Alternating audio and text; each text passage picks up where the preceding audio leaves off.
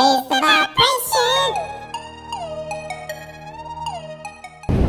If you can't tell by my clothes, I'm not in Laos right now. I'm actually at the Jersey Shore. And it's pretty cold today, which is why I'm wearing a lot of clothes.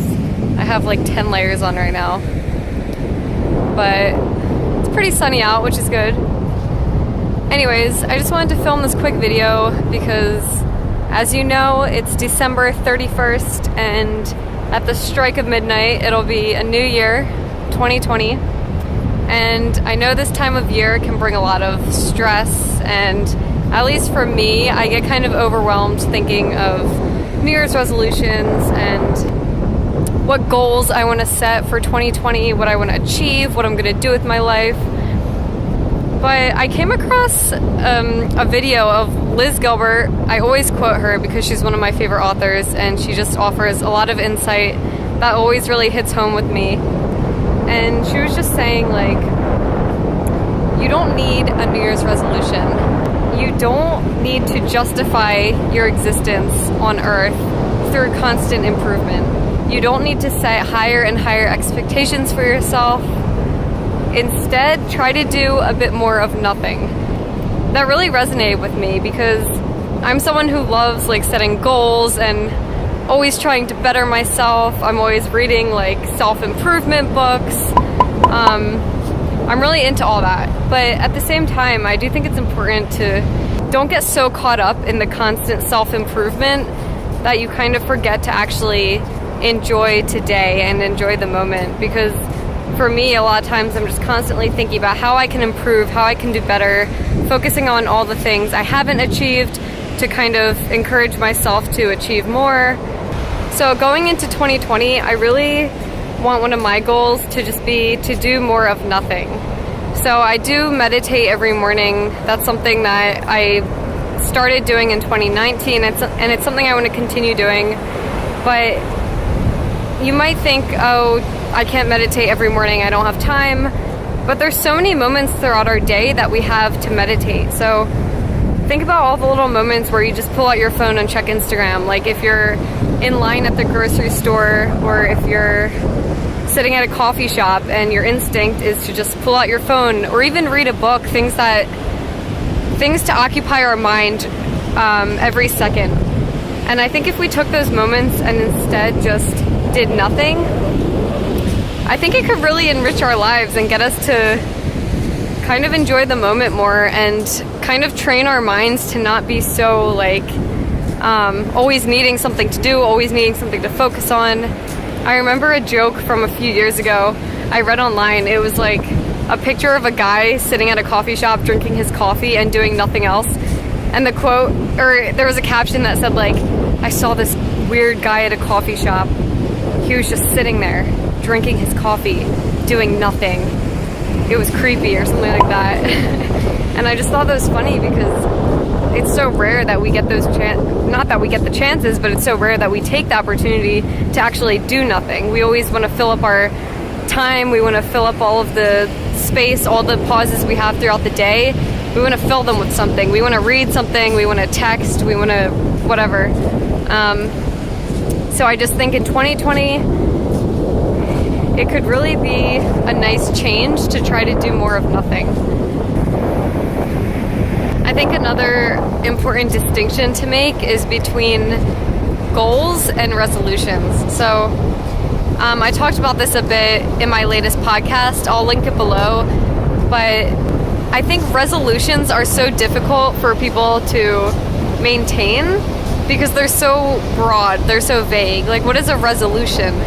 A resolution is usually something like, I want to be healthier, I want to get fit, I want to, whatever. They're usually pretty vague, which makes it really difficult to actually achieve the resolution or the goal.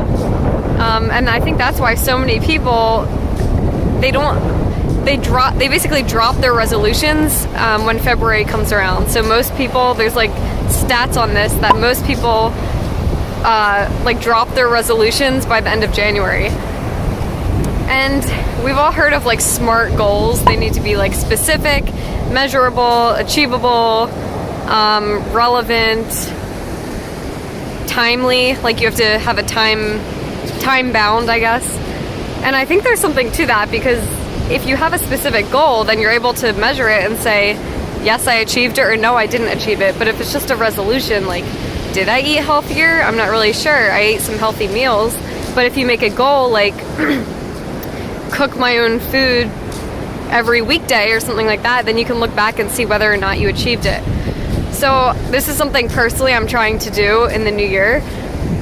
Instead of thinking of like resolutions, like big life changes I want to make, I'm just going to start with like maybe like one goal, one specific goal that I can do consistently.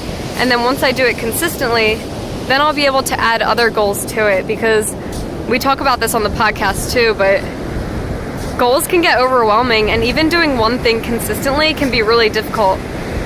Like for the past like 30 days, I've been trying to do like breathing exercises every single morning, and that's been pretty difficult. It might seem like a small goal, but that's been actually pretty difficult to maintain. I've been doing it, but there were moments where I was so close to just like skipping it in the morning because I was traveling or I was camping and I didn't want other people to see me, whatever it was. So I think start with just one goal. At least that's what I'm doing. Start with one goal, try to do it consistently for as long as you need, and then move on to the next goal. I know it's tempting. The new year, especially the new decade, it's not just a new year, but it's a whole new decade. So we might have all these things we want to accomplish. Who's the person I want to be this next decade? But it can get overwhelming if we just like pull out a journal and write down 50 things we want to achieve in the next year. So my advice is just start with one goal, make it specific, and don't be too hard on yourself. I think the biggest thing is that, and the biggest thing I got out of Liz Gilbert's message, is that we just need to be gentle with ourselves. We need to kind of don't hold yourself to unrealistic standards, and don't keep setting the bar higher and higher without appreciating how far you've come. And I know in a lot of areas in our lives, it might be easy to look at something and say, oh, I'm not where I want to be. I've not made the progress I wanted to make by now. But after a long period of time has passed, we often look back and then see that we actually did come a long way. We actually have had a lot of changes in our lives. So yeah, just remember to celebrate the small wins every day. I'm sure you've done something that you didn't do the day before, and I think all of these little things are reason to celebrate. And just always being grateful for every day, and the fact that we've made it a whole nother year on Earth. So yeah, I just wanted to share that with you. Just some daytime thoughts while walking on the beach in New Jersey. So if you've watched this whole video, thanks for watching. I hope you've enjoyed it, and don't forget to subscribe, because that's one of my goals, really increasing the amount of content I post on YouTube in 2020. So stick around, subscribe, and I'll see you in the next video. Bye.